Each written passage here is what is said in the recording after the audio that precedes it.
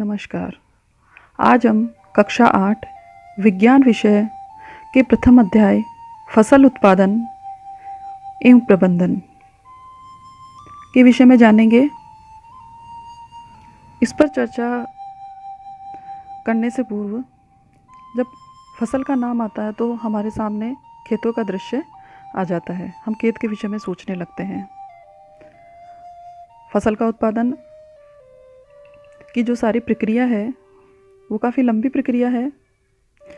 इस विषय के अंदर हम इस फसल के बारे में, उनके प्रकारों के बारे में और इस पूरी प्रक्रिया को जानने के बारे में जानकारी प्राप्त करेंगे। सजीवों को अपनी वृद्धि, विकास और जीवित रहने के लिए भोजन की आवश्यकता होती है। पादप तो अपना भोजन स्वयं बना लेते हैं, किंतु जंतु अपने भोजन के लिए इन्हीं पादपों पर निर्भर है। भारत एक कृषि प्रधान देश है और यहाँ की लगभग 80% जनसंख्या गाँव में निवास करती है। और भौगोलिक विभिन्नताओं के साथ साथ यहाँ का खान पान जो है उसमें भी बहुत विभिन्नताएं पाई जाती है।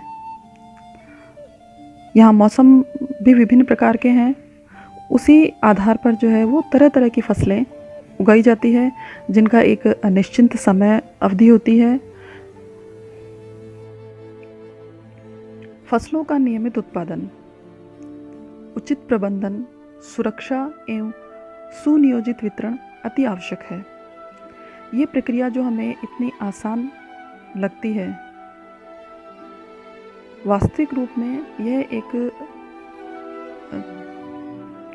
चेन के रूप में प्रक्रिया है जो काफ़ी चरणों से होकर गुजरती है। फसल उत्पादन के लिए हम उन सभी प्रक्रियाओं को विस्तारपूर्वक समझेंगे।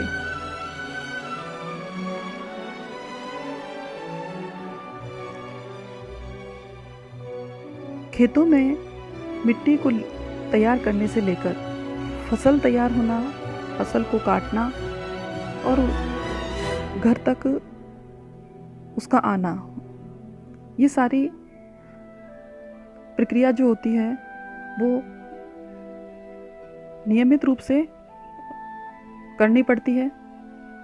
सबसे पहले इस प्रक्रिया में जाने से पहले या इसको समझने से पूर्व हमें जो है खाद्यान्न के विषय में सोचना होगा। जो खाद्यान्न है तो खाद्यान्न को बनाना, उसे उत्पादित करना, तो ये तो हो जाता है उसका उत्पादन। अब बना हुआ जो खाद्यान्न है, जो फसल है, उसे फिर से अगले साल के लिए रखना, सुरक्षित रखना, ये हो गया उसका मैनेजमेंट, उसका प्रबंधन। और सही समय पर सही हालत में इसे लोगों तक पहुंचाना, ये हो गया वितरण।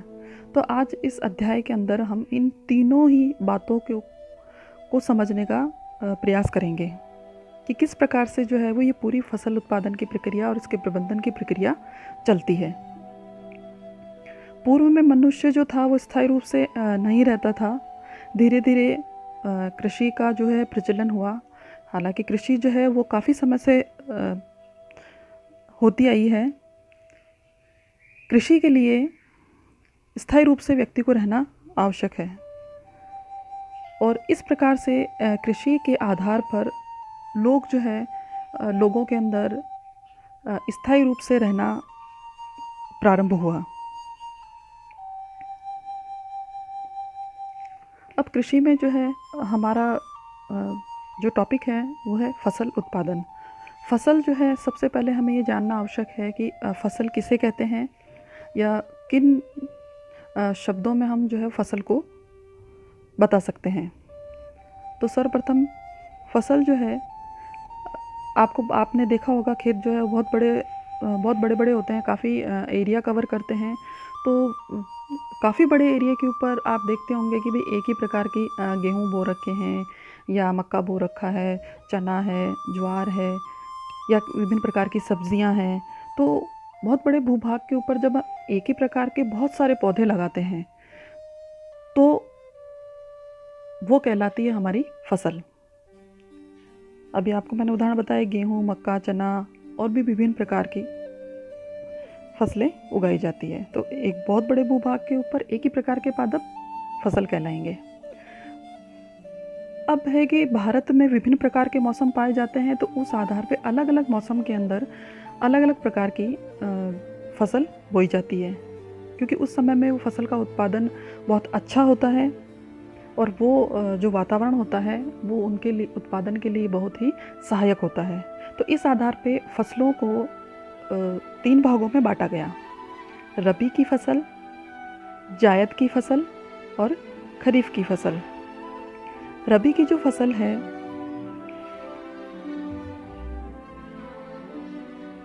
ये अक्टूबर से फरवरी तक के बीच की फसल है। अब हम विस्तार रूप में इन फसलों को के बारे में चर्चा करेंगे। अक्टूबर से फरवरी के बीच की जो फसलें होती हैं वो सारी रबी की फसलें कहलाती हैं। इनमें ये फसलें जो होती हैं वो अक्टूबर से फरवरी के बीच, अक्टूबर से नवंबर के बीच बो दी जाती है और जनवरी फरवरी में इनको काट लिया जाता है। जितने भी अनाज होते हैं, धान है, वो अधिकांश देश में आते हैं और कुछ सब्जियां, कुछ दलहनी फसलें इसमें आती है। तो इसमें जैसे गेहूं है, जौ है, ये तो हो गया हमारे अनाज।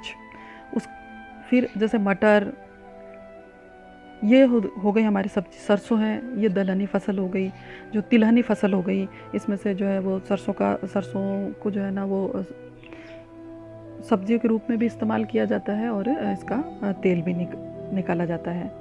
दूसरी है हमारे जायद की फसल। जायद की फसल को नकदी फसल भी कहा जाता है। यह मार्च से जून के बीच की फसल होती है।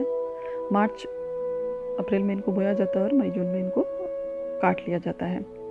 जैसे कि जितने भी बेलों वाली जो अधिकांशतः जो सब्जियां आती हैं या जो फसल आती है वो सारी जायद के अंदर मानी जाती है। जैसे खरबूज, तरबूज, लौकी, ककड़ी, इस प्रकार की जो सब्जियां होगी वो या इस प्रकार की जो फसलें होगी वो सब जायद में आएगी। करेला है और भी बहुत सारी ऐसी सब्जियां जो लंबी लताओं पे लगती है, उनको हम जो है वो जायद में अध्ययन करते हैं। खरीफ की फसल। खरीफ की जो फसल है यह जून से सितंबर के बीच प्राप्त होने वाली फसल है। इसको जून जुलाई में जो बो दिया जाता है, अगस्त सितंबर के बीच इसको प्राप्त कर लेते हैं हम। यह मक्का, बाजरा, मूंगफली, तिल, मूंग, इस प्रकार की फसलें खरीफ की फसलों में आती है। तो ये जैसे रबी की फसल, जायद की फसल, खरीफ की फसल, ये सभी फसलें जो एक प्रकार का एक सर्कल बना रही है कि अक्टूबर से फरवरी तक जो है हमें रबी की फसल प्राप्त हो जाती है और उसके बाद में जो जायद की फसल का मौसम आ जाता है मार्च से लेके जून तक। फिर जून के बाद में फिर से जो है वो खरीफ की फसल आएगी और सितंबर तक जो है ये काम आती है और उसके बाद फिर से रबी का मौसम आ जाता है। तो इस प्रकार से ये एक प्रकार से चक्र चलता रह जाए तो पूरी साल के लिए हमें खाद्यान्न उपलब्ध करवाता है।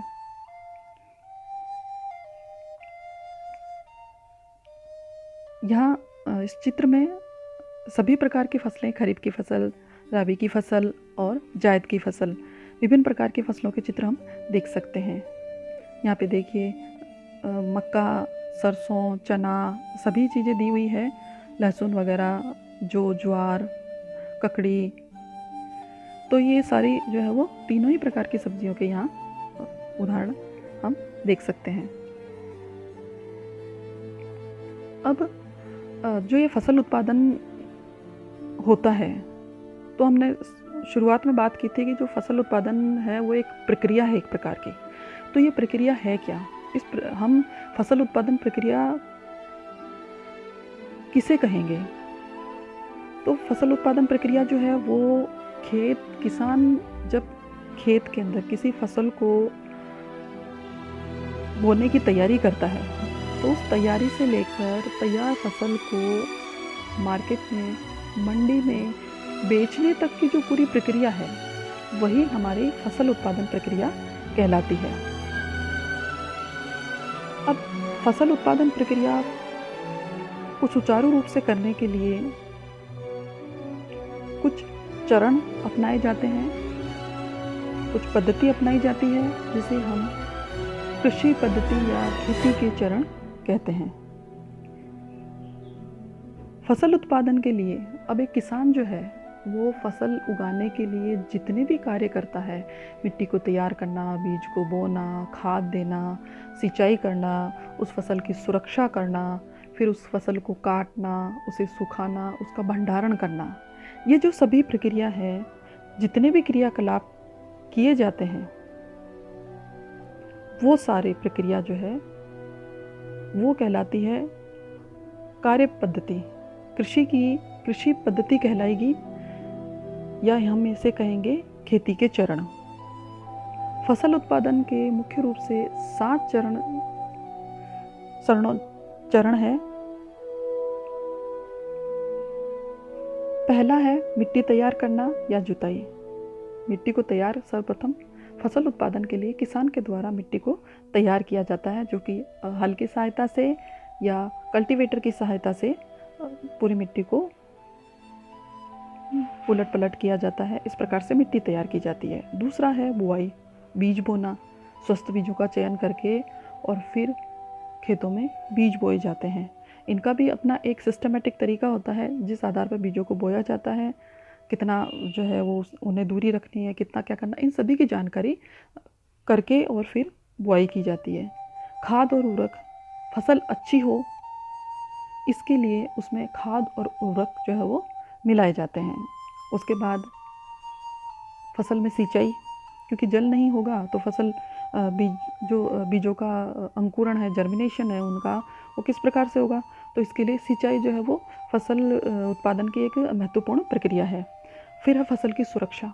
फसल हमने बहुत अच्छी उगा ली, लेकिन अगर उसकी सुरक्षा नहीं हो पाई तो पूरी फसल नष्ट हो जाती है।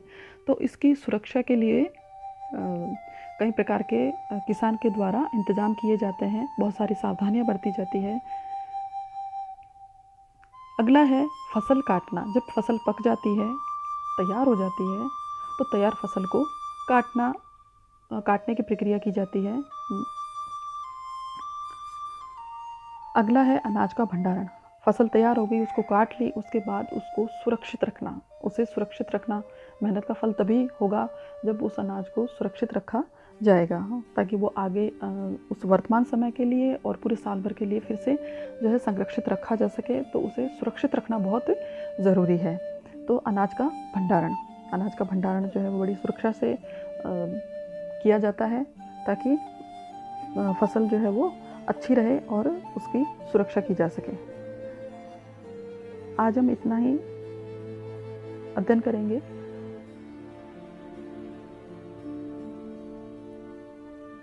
आगे का जो इन चरणों के ऊपर चर्चा है वो हम अगले भाग में करेंगे, जिसमें प्रत्येक चरण के ऊपर विस्तृत रूप से जानकारी प्राप्त की जाएगी। धन्यवाद।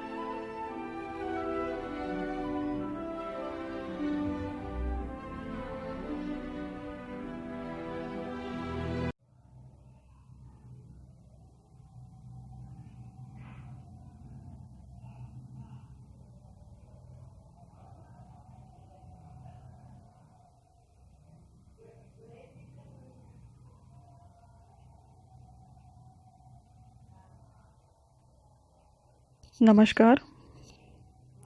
विज्ञान विषय के पाठ 1 के इस दूसरे भाग में हम खेती के चरणों के बारे में विस्तार से जानने का प्रयास करेंगे। इससे पूर्व हमने खेती के 7 चरणों के बारे में सामान्य जानकारी प्राप्त की थी। आज हम इन 7 चरणों को वर्णन करेंगे, इनके बारे में समझेंगे इनको। पहला हमारा है मिट्टी तैयार करना, जिसे हम जुताई भी कहते हैं। खेत को जोतना आपने सुना होगा। तो मिट्टी तैयार करना क्यों आवश्यक है? अच्छी फसल के लिए जो है मिट्टी को तैयार करना ज़रूरी है, ताकि पैदावार अच्छी हो सके। एक फसल के उगने के बाद में मिट्टी की उर्वरकता जो होती है वो कम हो जाती है, और जुताई करने से मिट्टी की उर्वरकता को पुनः जो है वो प्राप्त किया जाता है, उसे उलट पलट कर अच्छी बनाया जाता है ताकि दूसरी फसल को फिर से अच्छा उगाया जा सके।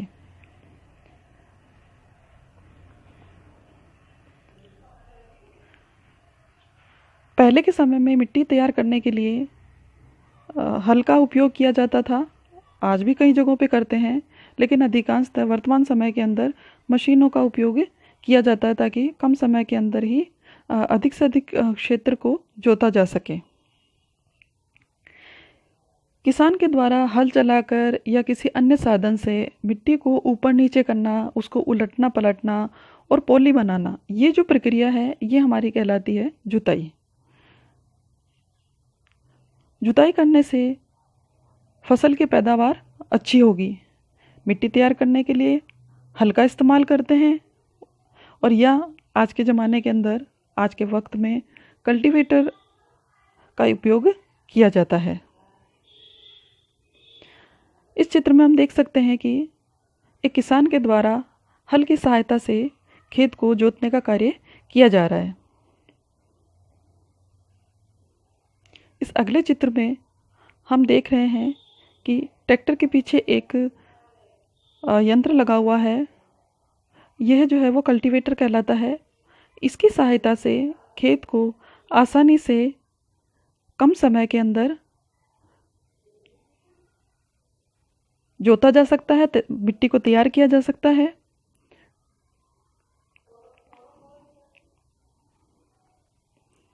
अब मिट्टी तैयार करने के बाद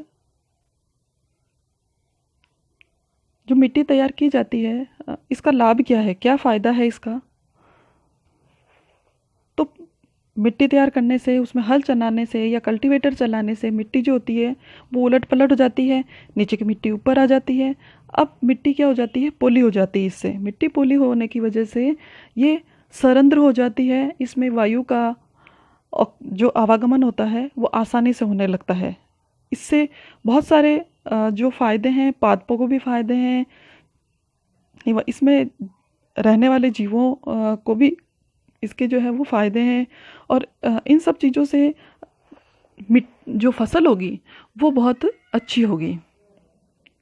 तो मिट्टी को पोली किया जाए तो सबसे पहला जो लाभ है वो होगा जो बीज जिसको बोया जाएगा उसके अंकुरण में। तो अंकुरण जो होगा वो बहुत ही सरलता से होगा, आसानी से होगा, क्योंकि बीज जो है वो एक निश्चित गहराई तक प्रवेश करेगा जब उसको बोया जाएगा, पोली मिट्टी होगी तो। और नया पादप जो होगा उसको स्थापित होने के लिए जड़ें जो होगी वो भी आसानी से मिट्टी के अंदर प्रवेश कर पाएगी, क्योंकि छोटा जो पादप होता है, नवजात पादप, उस पादप की जड़ें बड़ी ही सॉफ्ट होती हैं, जो टाइट मिट्टी के अंदर, कठोर मिट्टी के अंदर प्रवेश नहीं कर सकती। अगर खेतों में जुताई का कार्य नहीं किया जाएगा तो वो भूमि टाइट ही रहेगी, कठोर रहेगी, तो कठोर भूमि के अंदर जो है प्रवेश नहीं कर पाएगी वो जड़ें।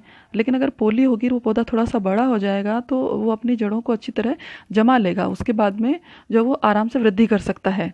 जो जल दिया जाएगा उसके अंदर वो भी जो है वो उनको पूरी तरीके से मिलेगा, अधिक गहराई तक प्रवेश कर पाएगा। तो पोली मिट्टी से जो है वो पौधों को काफ़ी फ़ायदे होंगे। अब पोली मिट्टी की जाएगी तो उसमें जो सूक्ष्म जीव जो रह रहे हैं, जिन्हें किसान का मित्र कहा जाता है, जैसे केंचुए हैं, जैसे लेग्यूमिनस कुल के जो पादप होते हैं, उनकी जो गांठोनुमा जो संरचनाएं होती है जड़ों के अंदर, उनमें जो पाए जाने वाले जो नाइट्रोजन स्थिरीकारक जो जीवाणु होते हैं, राइजोबियम जीवाणु, वो जीवाणु जो होते हैं वो उनमें भी उनकी भी वृद्धि होगी। प्लस जो केंचुए होते हैं जो हमारी मिट्टी को उपजाऊ बनाते हैं, खेत की मिट्टी को उपजाऊ बनाते हैं, उनकी संख्या में भी वृद्धि होगी। तो अगर अधिक से अधिक मात्रा में ये लाभदायक जीवों की संख्या बढ़ेगी तो ये मिट्टी को और ज़्यादा उपजाऊ करने का कार्य ही करेंगे और फसल की पैदावार में भी ये काफ़ी सहायक होंगे। मिट्टी को पोली किया जाता है तो उससे मिट्टी की उर्वरकता बढ़ती है। उर्वरकता कैसे बढ़ेगी? क्योंकि ऊपर की मिट्टी जो होती है वो डैमेज हो जाती है, ख़राब हो जाती है ऊपरी परत, और जब मिट्टी को पोला किया जाता है तो नीचे की परत ऊपर आती है, और जिससे नीचे की वाली परत जो होती है उसके अंदर पोषक पदार्थ उपस्थित रहते हैं, तो वो नीचे से जब ऊपर आएगी तो ऊपर की जो परत हो जाएगी वो पोषक पदार्थ वाली बन जाएगी और उसमें जो है पदार्थों का निरंतर प्रवाह जो है वो चलता रहेगा, जो पादपों के अंकुरण में और इनमें उसकी वृद्धि में सहायक होगा। वायु का आगमन अच्छा होगा। तो ये सारी चीज़ें जो पोली मिट्टी करने से पादपों को काफ़ी फसल को लाभ पहुँचेगा। इस चित्र के अंदर हम एक कुदाली देख रहे हैं। ये भी एक प्रकार का जुताई करने का साधन ही है, जो हाथ के से उपयोग किया जाता है, और इससे भी जो है वो मिट्टी को पोली किया जा सकता है इसकी सहायता से। इसके एक हत्था हैंडल वगैरह है जिससे कि पकड़ के और छड़ की सहायता से इसको ज़मीन के अंदर कठोर मिट्टी को सॉफ्ट किया जा सकता है। अगला जो चरण है वो है बीज बोना। मिट्टी तैयार हो गई। अब मिट्टी तैयार होने के बाद में बीज बोने की आवश्यकता है। तो किसान जो होता है वो यूं ही नहीं कि मार्केट से बीज लेके आया और बो दिए, इस प्रकार से नहीं है। वो बीजों का चुनाव करता है। पहले उत्तम किस्म के बीज, अच्छी क्वालिटी के बीज जो है वो को सेलेक्ट करेगा, और उनको चुनने के बाद ही बीजों को बोया जाएगा ताकि फसल अच्छी हो सके, पैदावार बढ़े फसल की। तो यहाँ पे हम जो है हम भी एक प्रकार का क्रियाकलाप कर सकते हैं, एक प्रयोग कर सकते हैं जिसकी सहायता से हम पता लगा सकते हैं कि ये स्वस्थ बीज कौन से हैं, अस्वस्थ बीज कौन से। तो इसके लिए हम 2 पात्रों के अंदर पानी लेंगे और उनमें 2-2 मुट्ठी अनाज जो है वो डाल देंगे। कोई भी अनाज डाल सकते हैं। तो वो अनाज डाल देंगे। उसके बाद हम देखते हैं थोड़ी देर बाद कि कुछ बीज जो होते हैं, कुछ वो तो नीचे ही पैंदे में रह जाते हैं बर्तन के, और कुछ जो होते हैं वो ऊपर आ जाते हैं। अब जो ऊपर बीज आ गए हैं वो खोखले हैं, क्षतिग्रस्त बीज हैं, और हल्के होने की वजह से ये तैरने लग गए हैं, और इससे हमको पता चल रहा है कि ये बीज क्या है, अस्वस्थ बीज है, और ये बीज जो है वो अंकुरित नहीं हो सकते हैं। जबकि जो पैंदे में बैठे हुए बीज हैं वो बीज क्या है, भारी बीज हैं, वो सुरक्षित बीज हैं, अच्छे बीज हैं वो, और ये स्वस्थ बीज हैं। इसी प्रकार किसान भी इन बीजों का चयन करके और फिर इनको पृथक कर लेते हैं, और इन्हीं को ही जो है वो खेती के काम में लिया जाता है, बोया जाता है। इस चित्र में ये पात्रों के अंदर जो पैंदे में बैठे वो स्वस्थ बीज है, जो ऊपर की तरफ वो अस्वस्थ बीज है। अब बीज बोने की प्रक्रिया में ही कि भी बीज कैसे बोया जाए, किस प्रकार से बोया जाता है। तो पहले के समय के अंदर बीज जो होता था वो एक कीप नुमा, आप पहले चित्र में देखिए, पहले चित्र के अंदर 2 किसान हैं, उन्होंने हल के साथ ही एक कीप जैसी संरचना का एक साधन पकड़ रखा है, और उसी में ही जो है वो एक किसान हल चलाता जाता था और दूसरा जो है वो उस कीप के अंदर बीज डालता जाता था। तो हल के उसकी जुताई के साथ ही जो है वो बीज भी डलते जाते थे और बीजों को इस प्रकार से बोया जाता था। तो इसके अंदर जो है वो परिश्रम अधिक होता है, समय भी ज़्यादा लगता है, और जो है वो कहीं पे ज़्यादा कहीं पे कम बीज जो है वो बो दिए जाते हैं।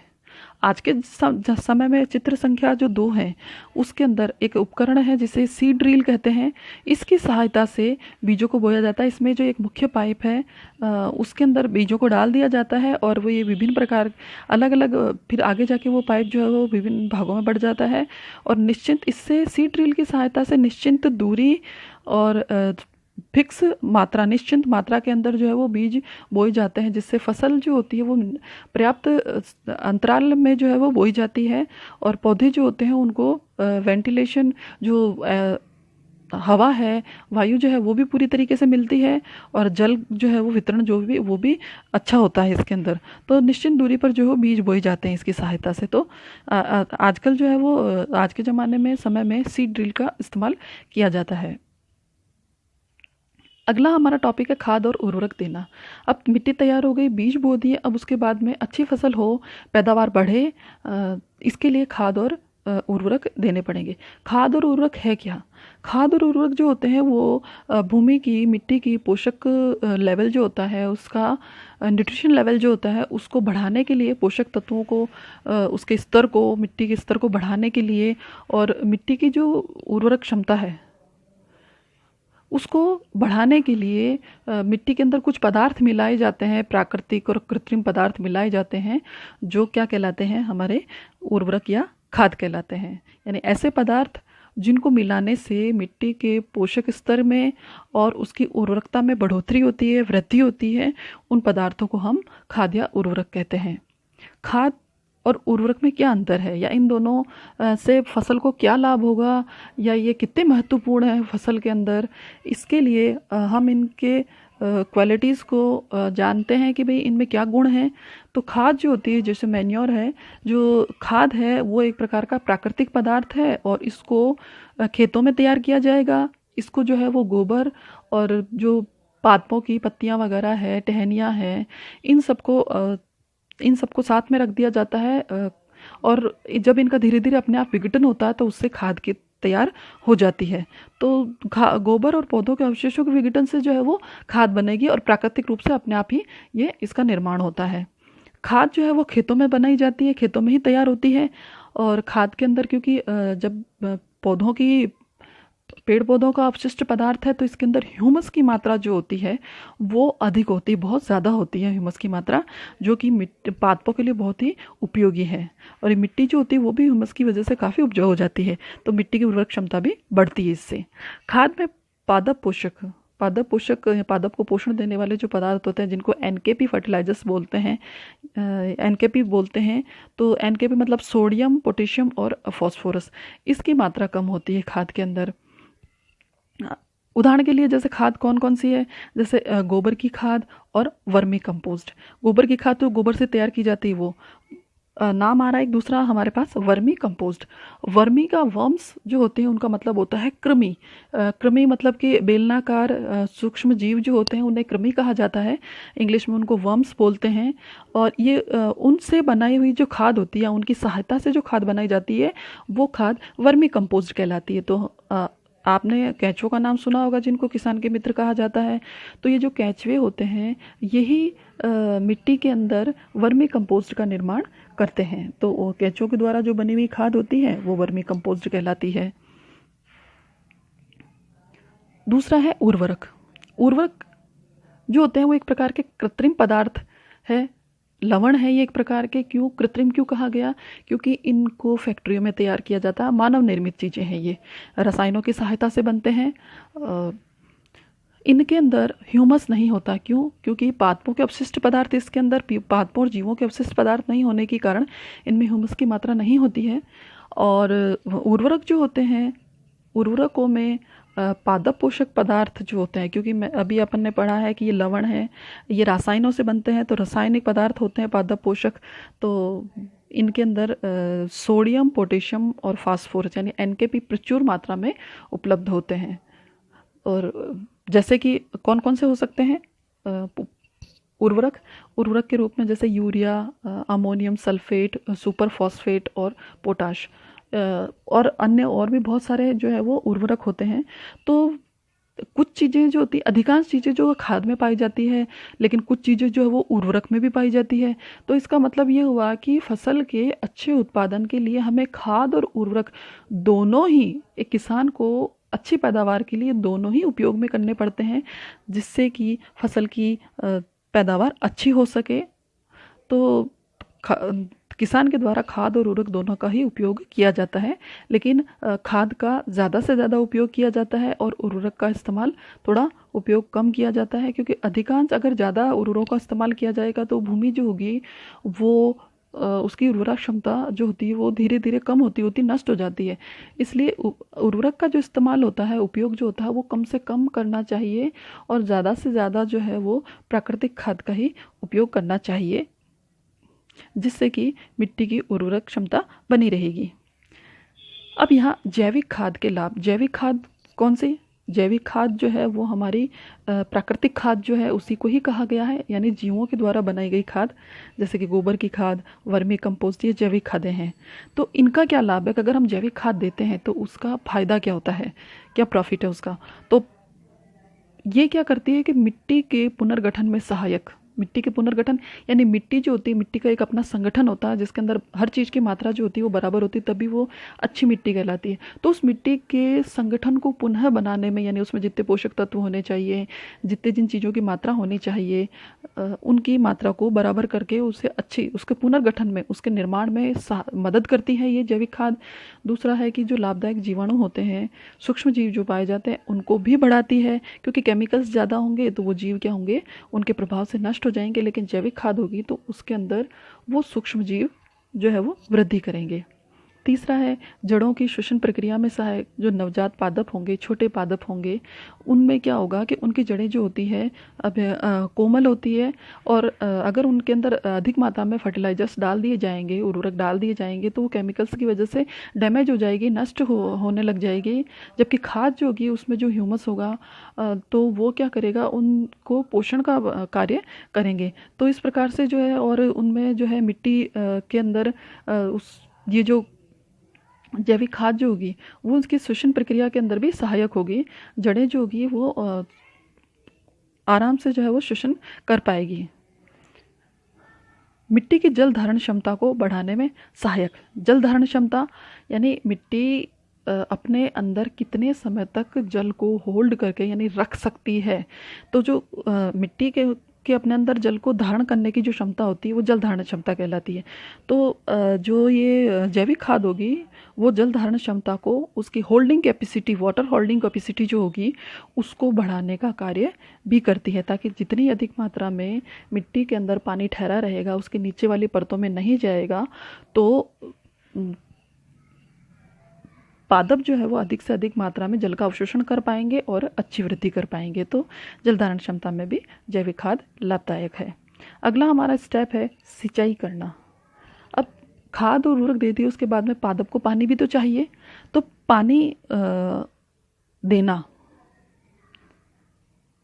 विभिन्न प्रकार के जो साधन होते हैं यानी पादपों को पानी देना, सामान्य भाषा में हमें कह सकते हैं कि पौधों को पानी पिलाना, उनको पानी देना सिंचाई कहलाता है। लेकिन बहुत बड़े भूभाग के ऊपर जब फसल बोई जाती है तो उसकी सिंचाई के लिए जो होते हैं वो उसके विधि के अनुसार जो है वो उसमें पानी की सप्लाई करनी पड़ेगी। तो समय समय पर ये उसकी भी निश्चित टाइम होता है कि भाई कब कब जो है इतने बड़े क्षेत्र भूभाग के अंदर जल की जो है आपूर्ति करना आवश्यक है। तो कई प्रकार के किसान के द्वारा कई प्रकार के साधनों द्वारा, अलग अलग प्रकार के जो है वो साधन की सहायता से, मशीनों की सहायता से और समय समय पर निश्चित समय अंतराल के ऊपर फसल को पानी देना या समय समय पर फसल को पानी की पूर्ति करना सिंचाई कहलाता है, सिंचाई करना कहलाएगा आपका। खेत में फसल उगने और खाद मिलाने के बाद सिंचाई का जो कार्य होता है वो अति आवश्यक होता है, और अगर सिंचाई जो है वो समय समय पर की जाएगी तो इससे पौधों की वृद्धि बहुत ही अच्छी होगी।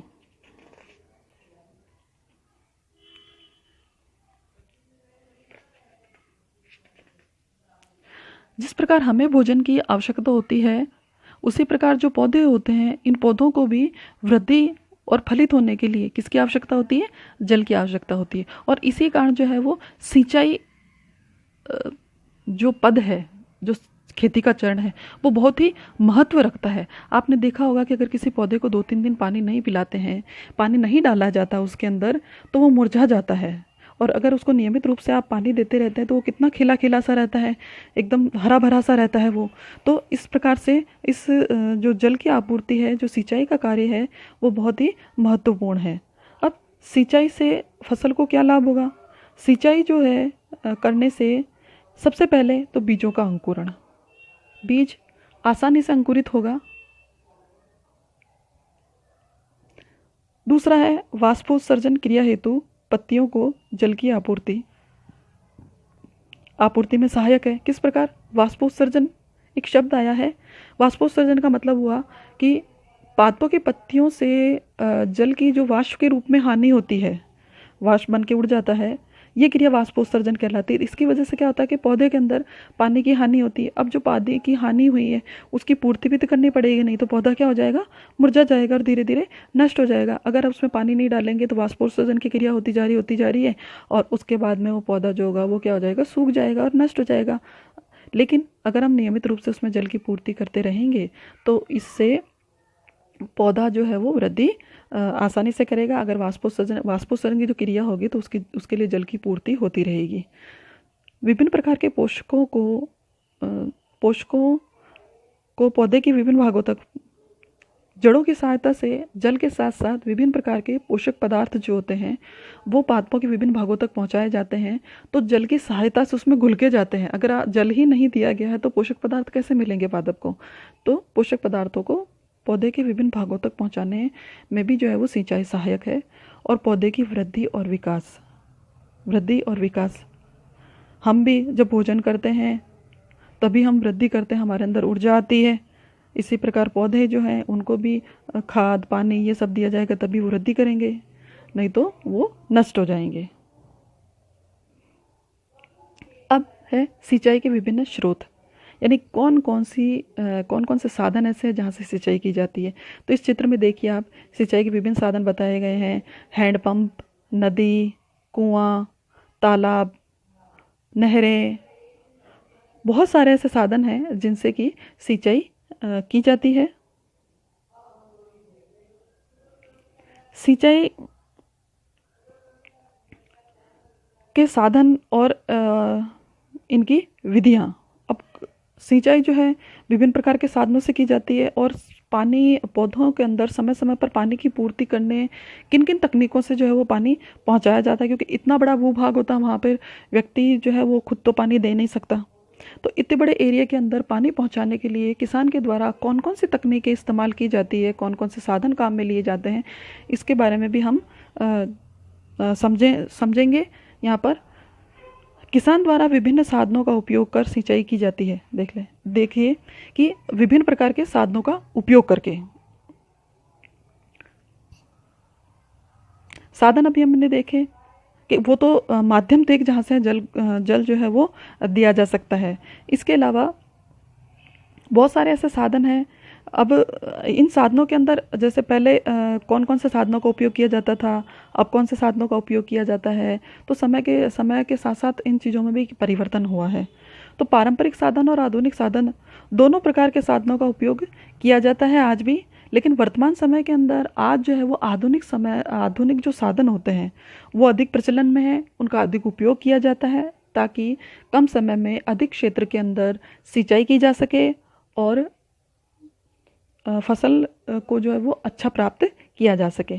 पारंपरिक साधन के अंदर जो है वो जैसे चरस, चेन पंप, ढेकली, रहट और मोट। यहाँ हम चित्र की सहायता से इनको समझने का प्रयास करेंगे। पहला चित्र जो इसमें चेन पंप बताया गया है, इसके अंदर ये एक व्हील जो होता है वो घूमता जाता है और एक चेन की सहायता से जो है वो पानी इसके अंदर आता है और एक जगह बनाई होती है जहाँ पर बार बार पानी आके गिरता रहता है और वहाँ से होते हुए पूरे खेत के अंदर चला जाता है। दूसरा जो है वो है रहट, जिसके अंदर बैल जो होता है वो घूमता हुआ एक व्हील घूमता जाता है एक लकड़ी के चारों तरफ, और एक व्हील जो होता है उसके ऊपर जगह जगह छोटी छोटी बाल्टियों की तरह बाल्टियाँ लगाई हुई रहती है। तो जैसे वो घूमता जाता है वैसे वैसे प्रत्येक बाल्टी जो होती है वो भर भर के और फिर खाली होती रहती है दूसरे एरिया के अंदर, और वहाँ से होता हुआ पानी खेतों के अंदर चला जाता है।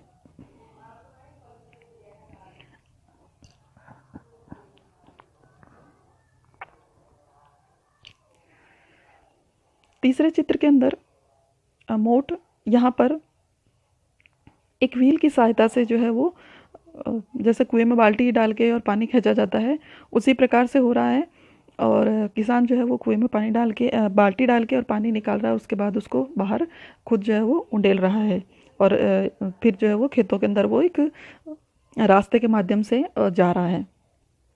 ढेकली, इसके अंदर एक तरफ जो है वो भार बांध दिया जाता है और जो पानी का जो क्षेत्र होता है उसके अंदर बाल्टी डाल दी जाती है। जब बाल्टी अंदर जाती है तो भार को कम कर दिया जाता है, और फिर जब बाल्टी भर जाती है या कोई पात्र भर जाता है तो फिर से वज़न की सहायता से उसको ऊपर लिया जाता है, दूसरा व्यक्ति जो है उसको उतार के खाली करता है, फिर से यही अपनाया जाता है। तो ये पहले की जो परंपरागत साधन थे उसके अंदर काफ़ी मेहनत होती थी, समय भी काफ़ी व्यय होता था, लेकिन आज जो साधन है उनकी सहायता से आज जो है वो मशीनों का उपयोग किया जाता है, जिसकी सहायता से इस कार्य को बड़ा ही सरल और सुगम बना दिया गया है। तो आधुनिक साधनों में क्या क्या है? आधुनिक साधन जो इसके अंदर है नलकूप, विद्युत पंप और डीजल पंप वगैरह। इन पंपों की सहायता से मोटर को चालू किया जाता है और पानी का जो जल स्रोत होता है वहाँ से पाइप जो है, पाइप के अंदर तुरंत पानी आ जाता है और उसके बाद में वो पूरे खेतों के अंदर प्रवाहित कर दिया जाता है। तो यहाँ पे एक नलकूप का चित्र बताया गया है। तो इस नलकूप के अंदर जो पानी जल स्रोत से जो है वो जल आ जाता है, उसके बाद में खेतों के अंदर इसको वितरित कर दिया जाता है। तीसरे चौथे चित्र के अंदर विद्युत पंप और डीजल पंप बताए गए हैं। और ये जो है वो पानी के स्रोत है जिनको साधन की सहायता से इसको चला के और पूरे खेत के अंदर पानी दे दिया जाता है। ये मोटर की सहायता से पानी खींचा जाता है पहले जो भी जल स्रोत होता है वहाँ से, और उसके बाद में उचित मात्रा में जल जो होता है वो पादपों तक पहुँचा दिया जाता है। आज हम इन 4 चरणों के बारे में ही जानेंगे। अब जो है अगले भाग के अंदर इससे आगे के जो चरण हैं उसके बारे में अध्ययन करेंगे। धन्यवाद।